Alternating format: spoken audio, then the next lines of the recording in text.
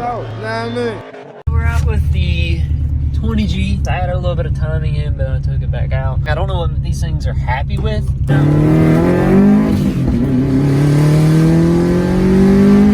And Subaru's in. Just got a pile of stuff that needs done. Figure, gotta pull it in, change the oil, check suspension, rotate tires. So might as well, if tires pulling off, might as well paint the other wheels. So we're gonna paint the white ones to the gold so it matches. We found a bunch of other little stuff I want to do. I found a spot right here on the front, and the wind is so aggressive on this, it picks it up, and it just caused it to crack here just a little bit. So this little crack I'm gonna fix, and then just try and reinforce that a little better. Then air filter's gonna come off, get cleaned, and while we're in here, we might as well pull the turbo and swap the turbo out. So that's the plan next. Gotta put the box in to fix the door locks and some other stuff. Fix the AC, it's got a leak, and rotate the wheels and tires and the radio and speakers. So got a small little list, try and get this thing knocked out. We'll get tearing it apart. I got most of these bolts loose. I've had actual quite good luck with them so far. I thought, as rusty as they are, they were going to be a big pain.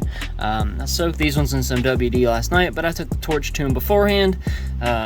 The two front stud looking ones right here, they just came out stud and all, which is best case scenario. So I don't have to worry about, you know, because they'll probably break trying to come up those rusty threads. The back one come loose right there. Everything pretty well easily come out. These back ones back here, a little heat, they come right loose. But that the one bolt right there, not the two studs, but the one bolt underneath the oil feed line there, that one it'd loose a little bit and then tighten up real hard trying to loosen it. So then I'd snug it back up, loosen it back, snug it back up, loosen it back. Now I'd spray a little bit of stuff in there, snug it back up, and just keep working it, and it came loose. So sometimes all you gotta do is, if it's real rusty, just trying to force it. A lot of times doesn't work out for the best. It's a little bit easier if you can just, if you have it loose enough to where you can, you know, just make a small turn like that, and then tighten it up, and turn and tighten it up. It may take a while. You can spray a little bit of like penetrating oil in there as you're like working it back and forth, but a lot of times that'll just slowly knock the rust out without clogging the threads up with a bunch of rust and crud, where it just binds up and you end up breaking the bolt or stripping it. So I think we're about done here. I think this is the last nut. And then the turbo should be ready to come out, besides the drain and the other coolant line, which is easy to get to. The drain's gonna be kind of a pain though. So last time we did the drain, we had the motor out of the car when we redid the drain. So, don't drop it. You gotta be shitting me. Well, fuck. That went down the fucking downpipe. So we got both of them out. You can see a pretty substantial difference here in these two. Gonna go ahead and get everything transferred over. Coolant lines, this one's got a hole on each side right here. So I'm gonna take the other block off from the other side, put it on the correct side, so I've got both holes on the same side. And then gonna go ahead and swap out the oil feed and return and get everything ready to rock and roll. Get these off because this won't be used. It'll be ran to the boost controller itself. Alright guys, so it is 10 o'clock at night. Went and watched a t-ball game of the neighbor boys that used to live across the street. So we are back. Gotta get this thing done. I just realized tomorrow morning, I do school orders in the morning, and the old lady's taking my car. And the hatch, the battery's in the Civic that she's taking, so I can't drive the hatch. Camara's just a little bit dead, and it's got radios on it. I mean, I guess I could deliver pieces to school on that. It's the worst case scenario. So plan is try and knock this thing out tonight. So far, getting there. I went to put the drain on, and I noticed it's like clocked over here. So then I moved the exhaust housing some, but then it's pulling the wastegate actuator away from it. And if you look, this wastegate actuator is flat. This one has a slight bend on it. So unclipped the snap ring on this and rotated this just a little bit, along with spun that, just to get it to move enough to where now you look down flat, those are about even, and this up here is about the same direction, and this is basically where that's at, just a tad off. Everything else I should be able to make work. This though, now instead of being here, it is right here in the way, so I'm gonna have to take and trim all of this off in order to get this to clear. I was curious if maybe this flange would unbolt, but I wouldn't think that I would get that lucky, and they bolted that close to like a stock setup. So we'll try it like this. This should be ready to slide down in there and slide into place. Alright guys, so making some progress. Got the turbo finally bolted down. I fought this front bolt up here for a fucking half hour probably, just fighting it, trying to get that motherfucker to start threaded wise, because it's kind of threaded cockeyed, I realized. So I still got to get the bolt out of the exhaust. You guys saw me dropping there, and I can bolt the downpipe up.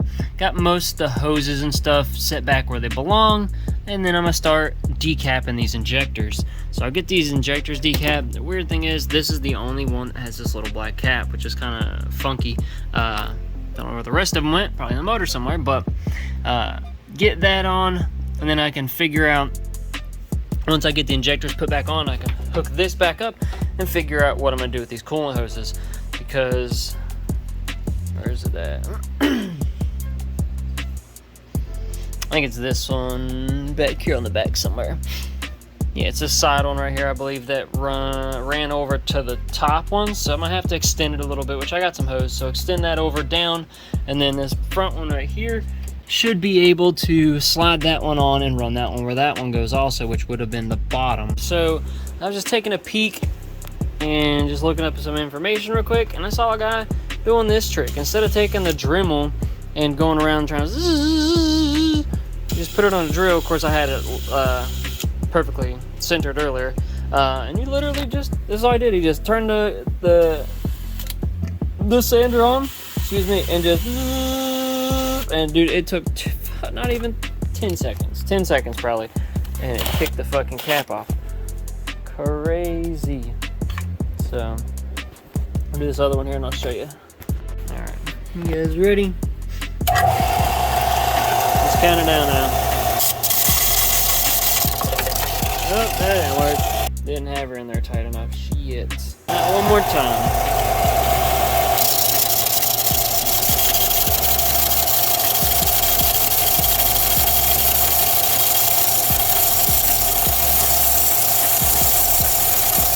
Bing gone. I mean, 10 seconds maybe. And so, been fighting this one. This one's a pain in the dick. When I started spinning it in the drill, I'm on my food here. I started spinning it in the drill. These ones all had the cap that popped off, which are right here. So this is the cap that popped off of them.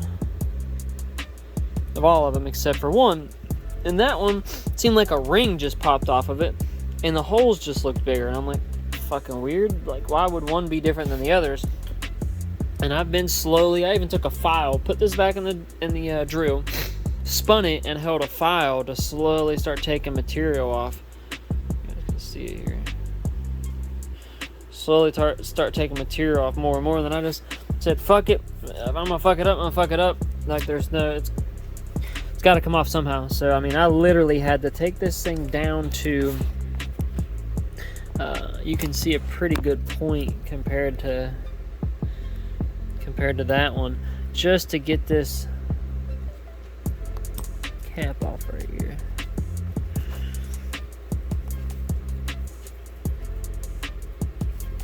She's on there good too. That little motherfucker right there. And that's it. I guess it had just fused itself on there pretty good. So, as you can see, this is what we're left with. These are ready to go back in. I'll put the O-rings back on them. Probably, I mean, these ones don't seem bad. I'll see if I got some replacements. So I was over here just buttoning up the injectors on this side, and I noticed that the little breather cover here on the valve cover, the little part, the crankcase vent hose comes out of, and it runs up this little tube right here, goes around through the, the one that crosses across the intercooler. And I'm like, looks like it's, leaking and blown out. I think I got another one laying here somewhere, like another gasket. I'll swap it out real quick. And I go to take off, I'm like, that's finger loose. Back one was tight. I pull it out, and Lord have mercy, I do not know what this was supposed to be. It looks like it was supposed to be a cork gasket. But by golly, it ain't that no more. This thing's disintegrated. Goodness. Alright, so we got turbo done. Lockbox not done yet. Fixed scoop, it's fiberglass, it's kind of done. Rotate the tires, not done. Suspension, still gotta check it. We'll probably do this for sure, that for sure, that for sure, and that for sure. So, she didn't put decap injectors on those right here. So. Done. So we are in the midst of putting it back together. I just taped off the front and just primered up the hood real quick. I'll put another just quick coat on it, and then I'll go ahead and just paint it black, so at least it doesn't look as far off with a bright ass white hood. At least it'll be black. It won't be, it's better looking than white. I feel like it won't be perfect. I'll probably take and just sand some of this down and just smooth it down a little bit. We'll wait for this to dry up more, and then we'll do that. So I'm gonna get started putting this stuff back together. Just about done. I gotta put the intercooler on, hook all the hoses up. I got the file changed and loaded. Turn your key on.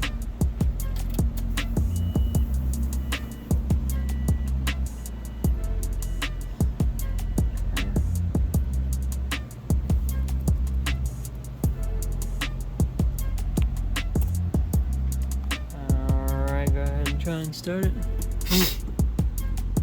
In neutral.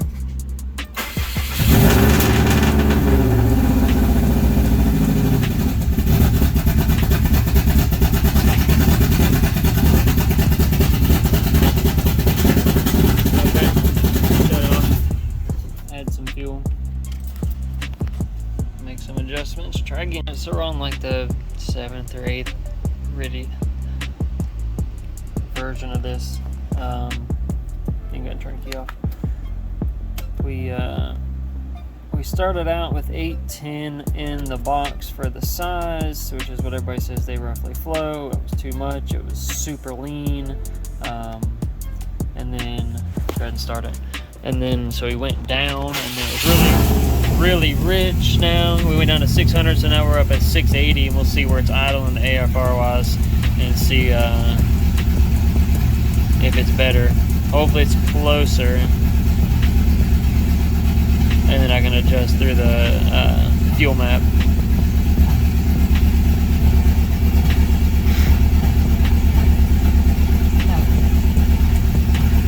Okay. All right. So having a little trouble. So I started to spray. I sprayed it with some new paint that I ran out, black, painted that part, then started clearing it. When it started clearing it, it started doing shit like this. I don't know what this is, but it was like big. Especially here, it was like spidered out all crazy, and I'm like, oh my lord. So I taped it off and started scuffing everything real good and get everything in that area scuffed down. I tried to put, once it, it basically sanded all this down to the bare white, so there was a divot. So I tried putting a little spot putty over it, and then it just kept spidering. I'm like, what the fuck is the deal? Like, I'm not a body man, so I ain't got a clue what it's doing. So then I'm like, all right, let me just scrape this off, and I scrape it, and it just starts scraping straight down to the white. Like, it scraped it right off, like all the other paint scraped right off. So I don't know what happened. I'm not a body man. If any of you guys got a clue of what I did wrong or what happened, let me know. Now I've got to smooth all this shit out so I can try and respray these areas, and then put one more coat on it, and then clear it again. So the front bumper is painted black. It doesn't look half bad. I didn't have those issues. I don't know why this had these issues, and it's got all these like weird little spots and shit. Really odd. So I'll re-wipe this off and clear the front bumper. So, but for now, Let me get this finished sanding so I can paint it again.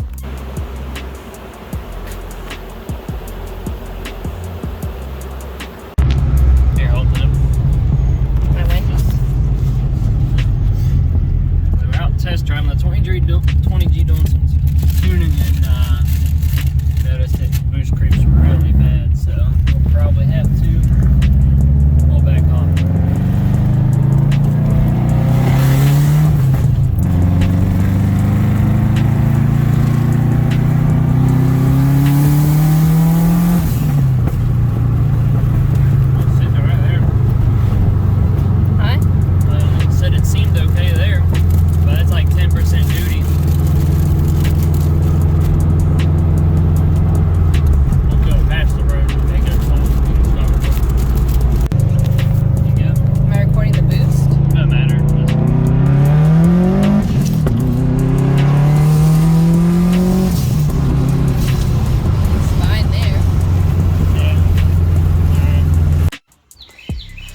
Alright, so short amount of time here. So she said she was smelling fuel at work the other day. She come home yesterday and I looked, I could see it was damp over here. Pull this one out and it is ate up. So I'm gonna go ahead and swap. They had these in stock. They were like a couple bucks per kit at Advance at all four. This bottom seal's pretty dirty and nasty. This one isn't as bad. We're gonna replace all of them though, and while I'm in here, I'm probably gonna go ahead and put plugs in it while I'm at it. Alright, so run into a problem. This thing does not want to hold any boost. Next, like it has like the, like it's not building any boost. We checked it. I pulled the coupler off the front of the intake, fired it up just like this with the intake off of it, and I can see the propeller spinning with the exhaust, and it's blowing plenty of air out. So we set it up for a boost leak test. I'll put a video in here where she recorded for me. Alright, there's the little contraption we made to work out of the other one I had. It was smaller for like a 2.5. So first time I didn't put a lip on the one piece that was cut, and it blew the top off of it, like 25 pounds of boost, or 25 psi. So checked, and this one bottom grommet over here seems to be the leaky issue. Sprayed some soapy water on it and it bubbled up a lot. So we're gonna go ahead and pull it out, clean it up real good, make sure there's nothing else. It's a new one, so there shouldn't be a reason it's leaking. We're gonna stick it back in and see what we get. All right, took the car to Myrtle Beach yesterday and drive it around. I was making some tune adjustments. Put it in open loop mode to see if it was an upstream O2 sensor that was causing some issues. And while I was making one of the 20 different changes of the flash for some idle fueling, the Tactrix open port quit reading. Luckily, before I'm gonna say it erased any of the information to write it and said do not turn off car, try and rewrite it. If it rewrites it'll be fine. I tried, nothing would happen, and then it just wouldn't communicate anymore at all. So turned the car off. Luckily it fired back up, and had to limp it home. And a buddy of mine, Brandon, shout out to him, he resoldered these tiny little pins. I got pictures of them, I'll put them right here.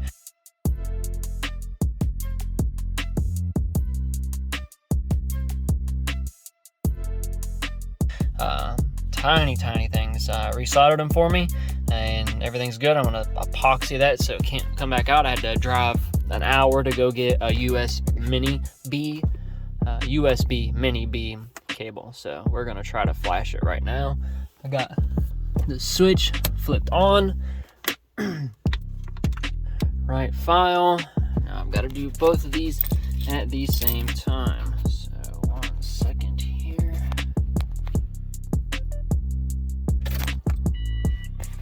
Test flash work perfectly. Come on. I'm putting the file I had in it before I changed everything to open loop. We're gonna see what it does with this other O2 sensor. So far seems to be flashing memory perfectly fine. 93%. Home stretch. Done. Oh man, that is a relief. Flip my switch, which instead of the green test lead plug that you plug in that loops itself around. I plugged that in, snipped the wire, ran it up to a switch, so I can just flip the switch on like I'd be plugging in that lead, and I can, you know, I don't have to keep climbing under to unhook it. So let's see if this stock ECU does what I wanted it to. ROM Raider open for a logger. Oh yeah, there we go. So far, so good.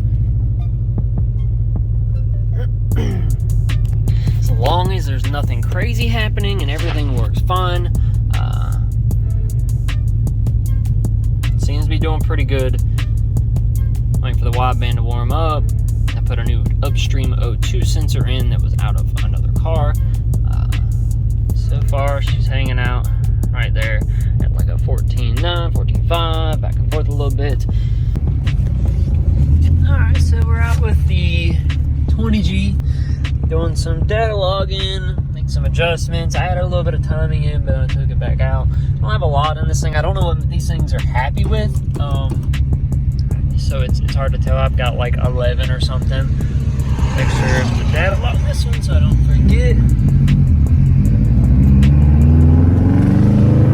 There we go.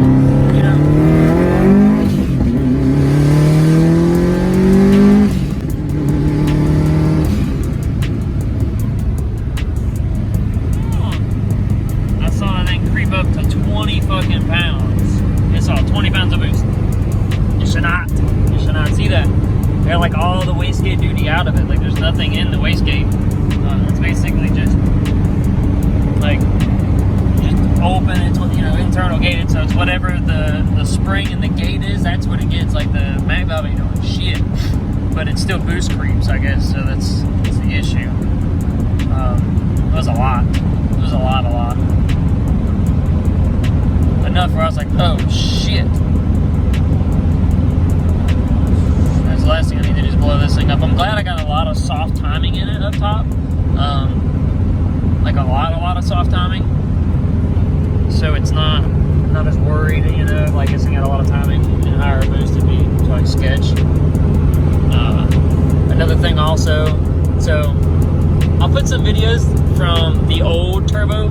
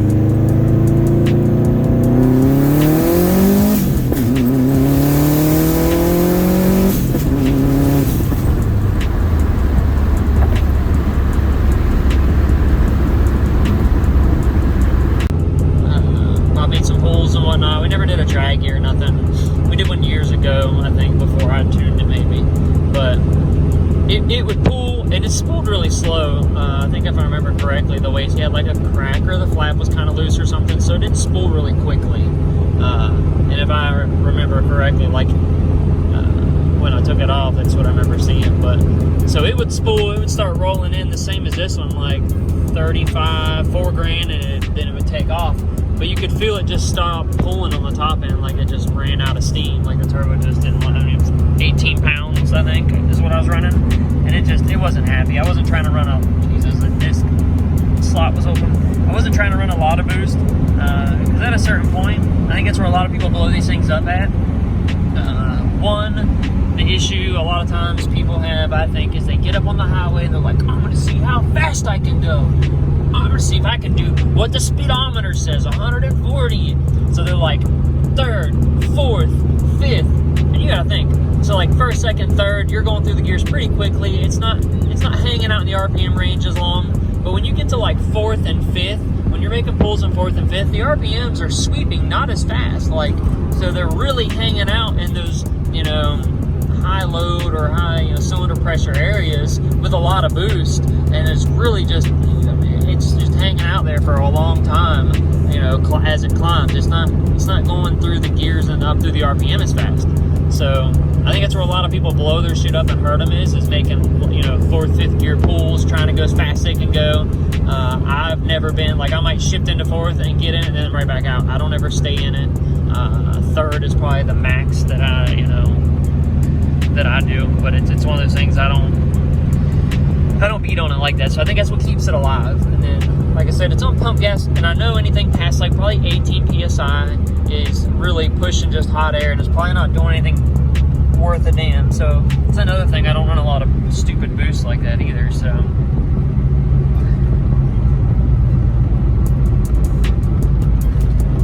safe it up.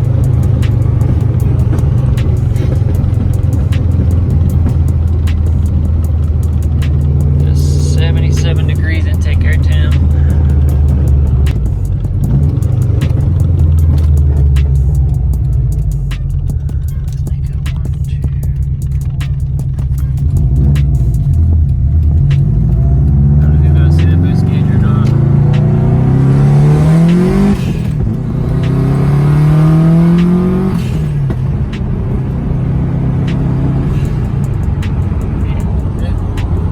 Into like second, and then the floor it comes to 15, and then it starts creeping.